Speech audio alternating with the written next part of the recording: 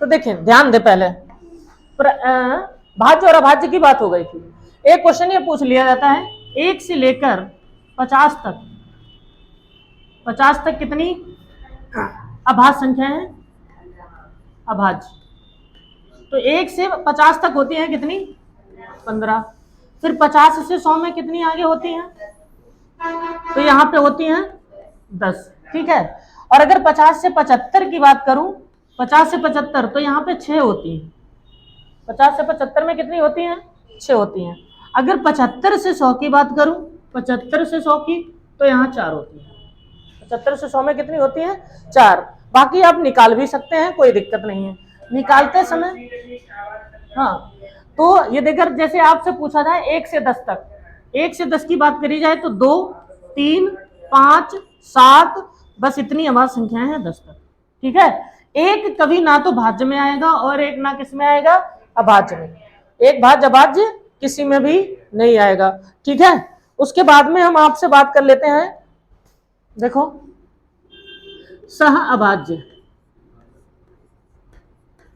सह अभाज्य, इंग्लिश वाले इसको बोलेंगे को प्राइम। ठीक है।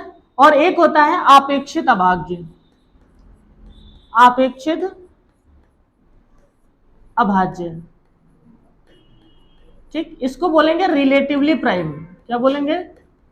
Relatively prime. ठीक है। और एक आ जाता है को ट्विंस प्राइम, को ट्विंस प्राइम। तो इसमें याद रखना को ट्विंस प्राइम, इन सब में HCF क्या होना चाहिए? HCF एक, HCF क्या होना चाहिए? एक, HCF एक होना चाहिए। सबका मासा क्या होना चाहिए? एक ही होना चाहिए। लेकिन एक इसमें जो नई बात है, इनमें क्या अंतर होता है? जैसे ये कोप्राइम बना रहा हो, कोप्राइम, तो इसमें जब निकालो तो संख्याएं अभाज्य भी हो, मासा भी एक हो। जैसे 2 है ना, अभाज्य है। हाँ, अब उसके बाद में जैसे हमने एक संख्या 7 ली और एक क्या ली? 19, ये भी है। अगर हमने एक ले ली 7 और एक ले ली 25, तो ये इसमें रहेगा? क्योंकि ये अभाज्य नहीं है, 5 से कटती है। तो इसको अभी यहां पे आप नहीं रखोगे, यहां नहीं रखोगे। जैसे ये जब आएगा रिलेटिवली प्राइम, इसमें मासा एक होना चाहिए। अब एक संख्या है जैसे 4 और दूसरी है 9, अब बताओ इनका मासा तो एक ही है, कॉमन कुछ भी नहीं है, लेकिन मासा एक है। लेकिन ये वाली संख्या कैसी है? सम संख्या है। और ये वाली कैसी है? विषम है। इसमें अभाज्य तो नहीं है, मासा सिर्फ एक है। जैसे यहाँ पे एक ले ली 11, एक ले ली हमने 25, 11 ले ली 25। अब ये तो अभाज्य संख्या है, लेकिन ये कैसी है? विषम संख्या है। ये भाज्य है, लेकिन ये भी हो जाएगी, ये भी हो जाएगी। तो यहाँ पे एक याद रखना है, यहाँ पे सारी की सारी संख्याएं कैसी होनी चाहिए? अभाज्य। कैसी होनी चाहिए? अभाज्य। और उनका मासा क्या होना चाहिए? एक। मासा एक होना चाहिए और संख्याएं कैसी होनी चाहिए? अभाज्य होनी चाहिए। इसमें क्या है? संख्याएं कैसी भी हो, मासा क्या होना चाहिए? एक होना चाहिए। संख्याएं कैसी भी हो, मासा क्या होना चाहिए? एक होना चाहिए। ये देखकर अब ये कसम खा के नहीं जाओगे, सभी किताब वालों ने इसको अलग से एक्सप्लेन नहीं किया है। मान लो सिर्फ दे दिया कोप्राइम। क्या दे दिया? कोप्राइम। ऐसा कोई ऑप्शन है नहीं, ऐसा कोई ऑप्शन है नहीं। तो आप क्या लगाओगे कोप्राइम में? तो फिर इनमें से मासा एक चेक कर लोगे और लगा दोगे। मासा एक चेक करके, ये देखकर इस कंडीशन में ऐसा ऑप्शन दिया है तब तो ठीक है, इन चीजों को ध्यान दोगे। और अगर नहीं दे रखा है तो फिर मासा एक चेक करोगे और कोप्राइम लगा दोगे। अच्छा, कोटविंस प्राइम में क्या जाएगा? कोटविंस प्राइम में मासा एक अंतर 2, जैसे 2 और 3 और 5, 3 और 5, 5 और 7, 7 और 9, ये आती हैं कोटविंस प्राइम। यानी अंतर 2 का होना चाहिए और मासा क्या होना चाहिए? एक होना चाहिए। तो ये बात आराम से लग जाएगी। ठीक है, ध्यान देंगे। ये हो गया। ठीक है। इसमें एक छोटी सी बात और देख लेते हैं। एक चीज देखें, एक पूछा जाता है अनुवर्ती, अनुवर्ती उत्तरवर्ती, उत्तरवर्ती, अनुवर्ती, उत्तरवर्ती या परवर्ती, क्या बोलते हैं, परवर्ती। ठीक, ये वाला हो गया होगा इधर। तो ये एक चीज और देखिएगा, और इधर है पूर्ववर्ती। क्या है, पूर्ववर्ती। इंग्लिश वाले इसको प्री, इसको बोलेंगे सक्सेसर। क्या बोलेंगे, सक्सेसर। इसको बोलेंगे प्रीडेसर, प्रीडेसर। तो कोई संख्या ये है 100, और इसके पूर्ववर्ती की बात करें तो ये कितना होगा, और अगर इसके बाद में उत्तरवर्ती बोले, अनुवर्ती बोले, कुछ भी बोले तो कितनी होगी, 101। ये TET CTET super TET exam दे तो वहां पे पूछा जा सकता है। तो ये अनुवर्ती, उत्तरवर्ती, पूर्ववर्ती की बात करेंगे। ठीक है, उसके बाद में हम बात करते हैं किसकी, डिविजिबिलिटी रूल की।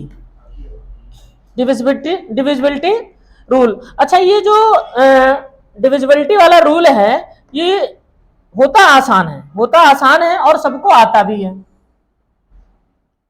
है, लेकिन एक प्रॉब्लम होती है, आप इसका अगर यूज करें तो कैलकुलेशन में ये बहुत काम करता है। जो आपका समय चला जाता है वो इसी की वजह से। अगर ऑप्शन पे एक नजर रखो और इसका ध्यान दिया जाए तो ये बड़ा आसानी से हो जाता है। अब हम आपसे पूछें, बताओ जीरो की डिविजिबिलिटी क्या है, जीरो की डिविजिबिलिटी। हाँ हाँ, जीरो की अगर हम पूछें, बताइए जीरो की डिविजिबिलिटी क्या है, जीरो की डिविजिबिलिटी, जीरो की। तो जीरो एक ऐसा नंबर है जो खुद सबसे कट जाता है लेकिन अपना किसी को भी नहीं काट पाता है। जीरो एक ऐसा नंबर है, जीरो के नीचे कुछ भी तुम कर दो कट जाएगा, लेकिन किसी भी के नीचे जीरो नहीं हो सकता, इनफाइनाइट हो जाएगा। किसी भी नंबर के नीचे जीरो नहीं हो सकता, इनफाइनाइट हो जाएगा। लेकिन जीरो को 10,000 से भाग दो फिर भी जीरो हो जाएगा। यानी जीरो सबसे कट जाता है, जीरो सबसे कट जाता है, लेकिन जीरो किसी को भी नहीं काट पाता है। ये हो गया जीरो का। हम आपसे पूछे, बताओ एक की क्या है, एक की।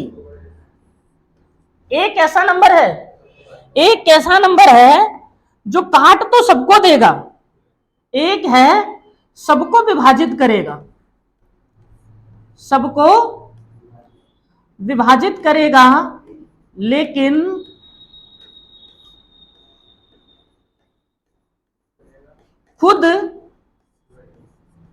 खुद केवल एक से कटेगा, खुद केवल एक से कटेगा,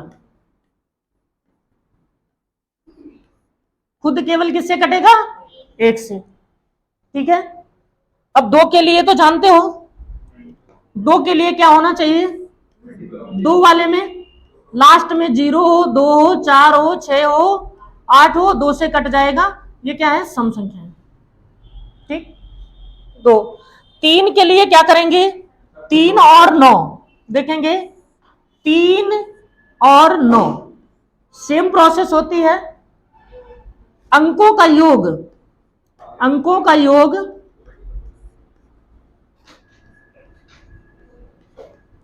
अंकों का योग किससे कटना चाहिए, 3 या 9 से कट जाए तो वो संख्या भी कट जाएगी, 3 की। अब देखेंगे हम अगर बात करें किसकी, 4 की, तो यहां पे 4, 8 और 16 इस तरीके से चले। तो 4 वाले में 4 के लिए क्या होना चाहिए, अंतिम 2 अंक। कितने, अंतिम 2 अंक 4 से कटने चाहिए।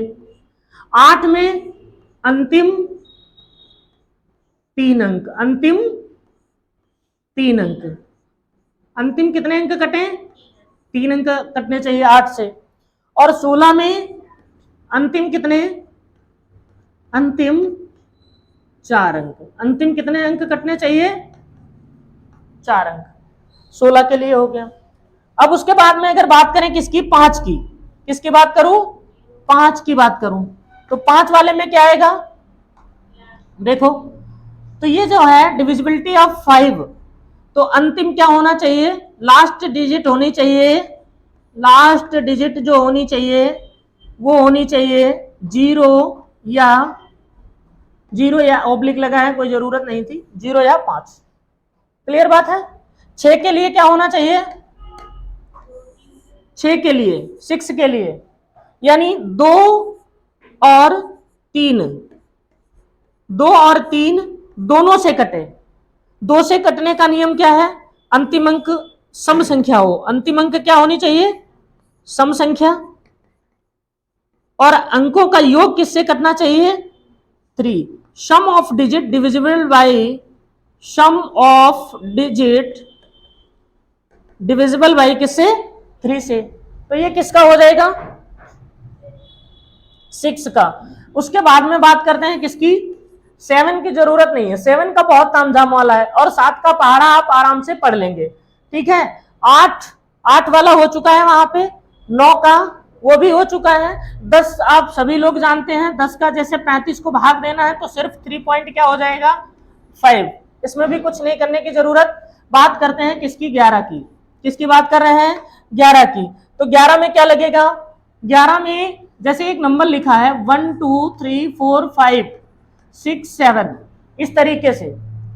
यदि अगर 11 वाले के लिए क्या है, सम स्थानों के अंकों के योग तथा विषम स्थानों के अंकों के योग का अंतर 0 आए, 11 आए या 11 का मल्टीपल आए। अब देखो 1 और 3 4, 4 और 5 9 और 7 16, नीचे कितना आया, 2 और 4 6, 6 और 6 12, 16 में से 12 गया 4, तो 4 आया है। क्या ये कटेगा, नहीं कटेगा। यहां पे घटाने पे या तो 0 आता या 11 है या 11 का कोई गुणे जाए तब ये कटेगा, डिविजिबिलिटी रूल। बाकी इस पे 9 पे 3 और 9 से डायरेक्ट क्वेश्चन आता है, और उसके बाद में डायरेक्ट क्वेश्चन जो आता है वो किससे आता है, 11 से आता है। 11 से भी डायरेक्ट क्वेश्चन आता है। और इसके क्वेश्चन जो है एक्सरसाइज कल करवाएंगे, इसमें सारे टाइप जितने पढ़ा दिए उसमें। उसके बाद में आगे हम बात कर, अभी सूत्रों के द्वारा योग निकालना, सूत्रों के द्वारा योग निकालना।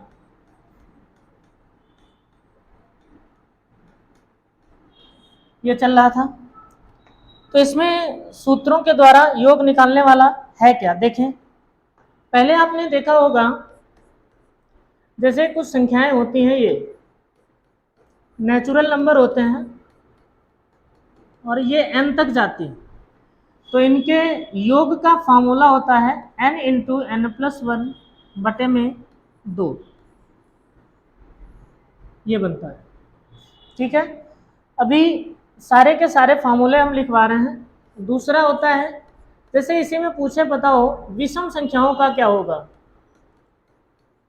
तो ये कहाँ तक जा रहा है, n तक, तो इसका फार्मूला जो होता है वो होता है n²। क्या होता है, n²। अगर इसी में बात की जाए सम संख्याओं का, यानी 2 4 6 8 ऐसे करके n तक जा रहा है, तो इसका फॉर्मूला होता है n इंटू n+1, ये बनता है। फिर उसके बाद में यदि अगर इसी में ये पूछा जाए कि बताइए इन संख्याओं के वर्गों का योग अगर निकालना हो और ये n तक जा रहा है n² तक, तो इसका फॉर्मूला होता है n into n+1 into 2n+1 और बटे में होता है 6, तो ये इसका फॉर्मूला होता है। अगर इसी के बाद में इसमें ये पूछा जाए कि आप बताएं इनके क्यूब का फॉर्मूला क्या होता है, लगातार संख्याएं हैं, इनके क्यूब का फॉर्मूला तो n³ है, तो ये फार्मूला जो बनता है n इंटू n+1, वही जो प्राकृतिक का था बटे में 2 और होल स्क्वायर करना होता है, तो ये बन जाता है किसका, घनों का। फिर अगर इसमें ये पूछा जाए बताइए कि सम संख्याओं या विषम संख्याओं के वर्गों का योग क्या होगा, ये है ऐसे करके जाए और ये एन स्क्वायर है, तो इसका फॉर्मूला होता है n n two n plus one into n plus two बटे में आता है 6 बटे में 6।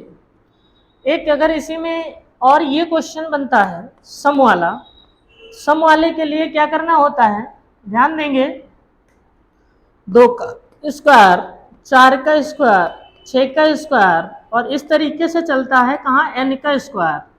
तो इसमें फार्मूला यही लगेगा सेम, यही वाला फार्मूला जो ऊपर है n into n plus one into n plus two बटे में 6। अभी कैसे बदलता है ये मैं भी बाद में बताऊंगा। फिर उसके बाद में यदि अगर पूछा जाए, बताओ कि यदि अगर विषम संख्याओं का क्यूब निकालना है, विषम संख्याओं का क्यूब निकालना है, इस तरीके से जाके n क्यूब है, तो विषम संख्याओं के क्यूब का फॉर्मूला याद है आपको, नहीं याद होगा, मैं बता देता हूं, n square under root 2n square minus 1, 2n square minus 1, ये किसका है, विषम संख्याओं के घनों का। और इसमें अगर एक क्वेश्चन एक और बचता है, ये अगर पूछा जाए, बताओ सम संख्याओं के क्यूब का 2 के बाद में कौन, 4, 2 के बाद में 4 का क्यूब, फिर 6 का क्यूब और ऐसे ऐसे करके जाता है कहाँ तक, n का क्यूब। तो इसके लिए फार्मूला क्या होता है, वो होता है 2n स्क्वायर ब्रैकेट में n प्लस 1 का होल स्क्वायर, ये बनता है।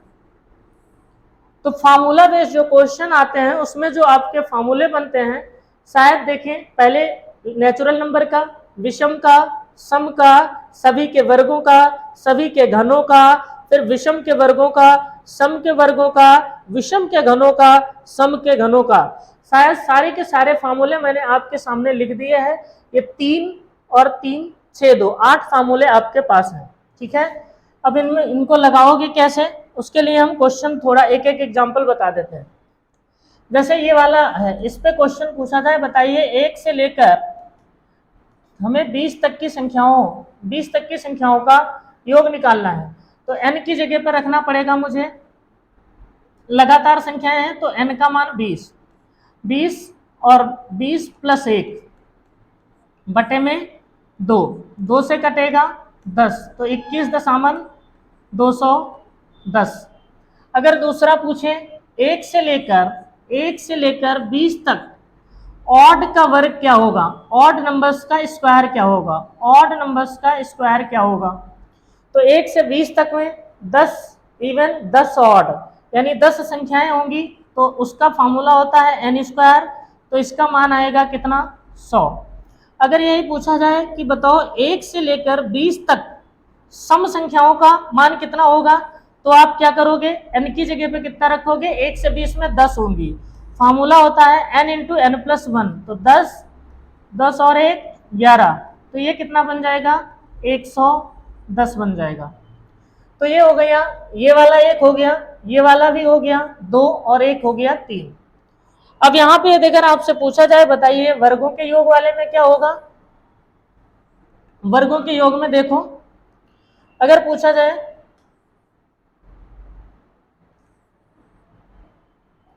1 से लेकर 20 तक की संख्याओं के वर्गों का योग क्या होगा, तो 20 वर्गों वाले में क्या होगा, n इंटू एन प्लस 1 यानी 21 इंटू 2n, तो 20 दूना 40 और 1 41 बटे में कितना 6, 3 दूनी 6, 3 सत्ते 21, 2 से 10, 10 सत्ते 70, 1 0 इधर 7 1 कम, ये आएगा 2870।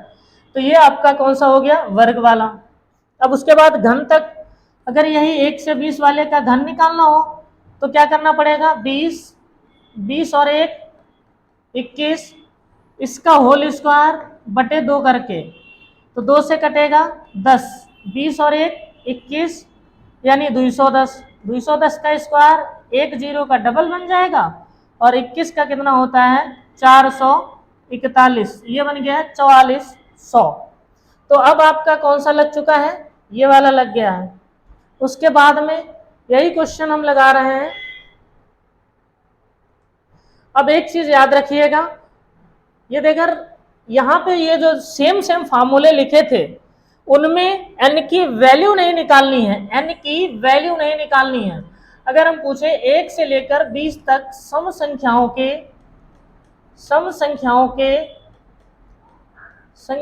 के वर्गों का योग क्या होगा, वर्गों का योग क्या होगा, तो आपको क्या करना पड़ेगा, उसके लिए इस बार n का मान 20 रखना है, n का मान 20 रहेगा, 10 नहीं रखना है, ठीक है।